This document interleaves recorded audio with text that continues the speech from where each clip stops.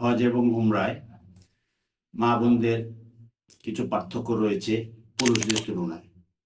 শুরুতে মাহরাম প্রয়োজন, যেহেতু মাহরাম ছাড়া সফর করতে রাসূল সাল্লাল্লাহু আলাইহি ওয়াসাল্লাম নিষেধ করেছেন। এজন্য বাংলাদেশের মা বোনদের জন্য সৌদি আরবে যাওয়ার জন্য মাহরাম লাগবে। মাহরাম যদি না থাকে তার জন্য হজ উমরা কোনটি ফরজ হয় না। এজন্য মাহরাম জরুরি। বেশ, এরপর যখন আমরা ইহরাম বাঁধবো, এখানেও মা বোনদের কিছু পার্থক্য রয়েছে। পুরুষদের জন্য তো দুটি সাদা কাপড়। ইহরাম বাঁধার আগে পশম কেটে নেব, গোসল করে নেব। এরপর পুরুষরা ইহরামের দুটি সাদা কাপড় পরে 2 রাকাত নামাজ পড়ে নিয়ত করে ফেলবেন। মা বোনেরাও নখ কেটে, পশম কেটে, গোসল করে আরামদায়ক পোশাক, তার জন্য সাদা হওয়া, সেলাইবিহীন হওয়া জরুরি নয়, হালকা কালারের আরামদায়ক শালীন পোশাক পরবে। এই জায়গাটাতে পুরুষ আর মহিলার ড্রেসের পার্থক্য হয়ে গেল। তারপর 2 রাকাত নামাজ পড়ে তারাও নিয়ত করবে। তৃতীয়ত, এখানে মহিলাদের পর্দা করা জরুরি।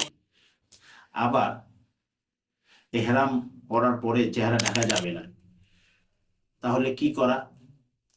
হেড পাওয়া যায় বাংলাদেশে এবং সৌদি আরবে বিভিন্ন যে এখানে হজের সামগ্রী বিক্রি হয়, সেখানে এরূপ হেড পাওয়া যায় যে চেহারা একটু সামনে একটু ঝুলে থাকে কাপড়ের মতো। তাহলে চেহারার সাথে কোনো কাপড় লেগে থাকলো না, আবার পর্দাও হচ্ছে। তো যখন নাকি তওয়াফ করতে যাবে মা বোনেরা এই হ্যাটটা পরে নেবে। এরপরে তাওয়াফকালীন কিছু পার্থক্য রয়েছে। তাওয়াফ যখন করবে মা বোনেরা, যেখানে ভিড় হয়, ভিড়ের টাইমে অথবা যে কাছাকাছি, বিশেষ করে বাইতুল্লাহ ঘরের সাথে খুব ভিড় হয়, বেশ একটু দূরত্বে তারা তাওয়াফটা করবে। পুরুষদের সংস্পর্শ না আসে, একটু সতর্কতার সাথে চলবে। দলবদ্ধ হয়ে যদি তাওয়াফ করে আরো ভালো। সেখানেও যদি ভিড় হয় তাহলে উপরের তলায় তাওয়াফ করতে পারে, সেফটি।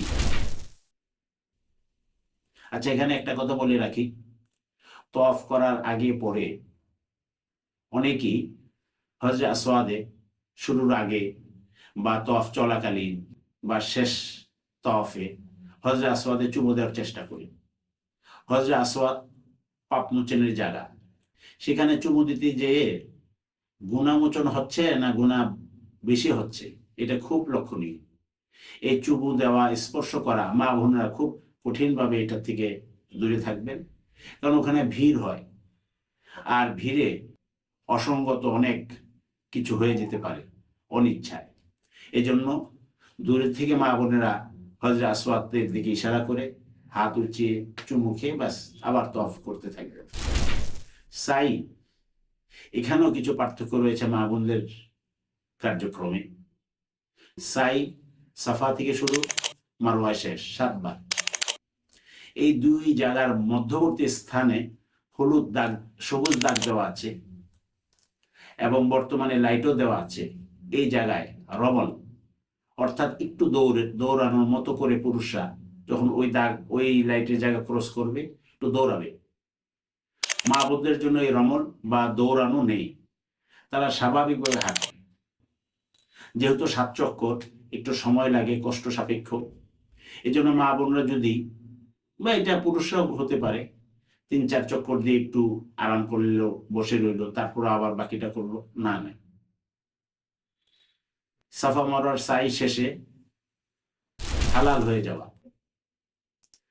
এখানেও কিছু পার্থক্য আছে মা বোনদের।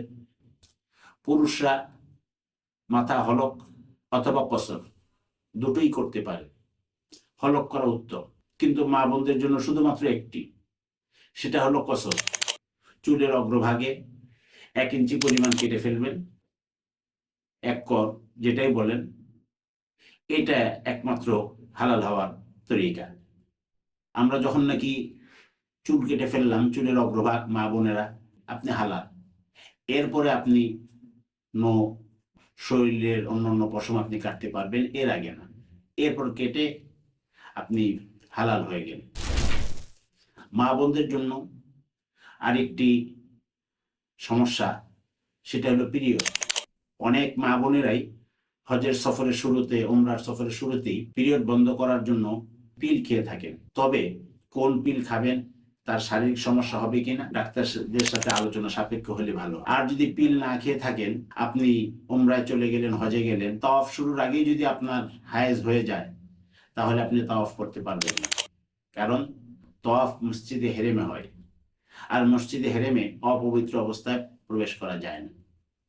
তাহলে আপনার অপেক্ষা করতে হবে হায়েজ বন্ধ হওয়া পর্যন্ত।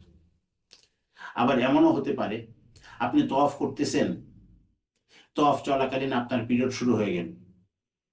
তো সেক্ষেত্রে মাসলা হলো এটি যে যদি 4 চক্কর বা 5 চক্কর অর্থাৎ অধিকাংশ দিয়ে থাকেন, এরপর যদি আপনার পিরিয়ড শুরু হয়, আপনার তওয়াফ হয়ে গেছে। আর যদি 3 চক্কর 2 চক্কর দিয়েছেন, পিরিয়ড শুরু হয়েছে, তাহলে তো আর তওয়াফ হলো না, করতে পারলেন না। আপনি যখন নাকি পিরিয়ড মুক্ত হবেন, তারপর আপনি তওয়াফ করবেন। পিরিয়ড চলাকালীন আপনি কোরআন তেলাওয়াত করতে পারবেন না, নামাজ পড়তে পারবেন না, তওয়াফ করতে পারবেন না। হ্যাঁ, আপনি অন্যান্য জিকির, দরুদ, বিভিন্ন কোরআনে বর্ণিত, হাদিসে বর্ণিত দোয়া করতে পারবেন এবং তা করবেন। মা বোনদের আরো কিছু সমস্যা থাকে, বাচ্চা থাকে অনেকের, আবার হোটেলের রুমে থাকার ব্যাপারেও মা বোনেরা সাধারণত যেটা সহজ হয়, এক রুমে সব মহিলা, আরেক রুমে সকল পুরুষ, এটা বেশি সেফ। বাচ্চা যদি থাকে, ছোট হয়, বাচ্চা বহন করার ব্যাগ পাওয়া যায়, একেবারে ছোট যদি হয় নিয়ে নিলেন। আবার এরকমও আপনি করতে পারেন যে 4-5 জন আছেন, একজনের কাছে বাচ্চা রইলো, আপনি তওয়াফ করে আসলেন, তারপর আবার আপনার বাচ্চা আপনি রাখলেন, উনি পরে যে তওয়াফ করলো, এটাও হতে পারে। তওয়াফের ক্ষেত্রে সময় এবং স্থান বেছে নেওয়া, কোন সময় গেলে ভিড় কম হয়, সেটা চেষ্টা করবেন যদি সম্ভব। আর যদি না সবাই যাচ্ছে, এখনই যেতে হয়, তাহলে আমি শুরুতেই বলেছি যে বাইতুল্লাহর ঘর থেকে একটু দূরে অথবা উপরের তলায় করবেন।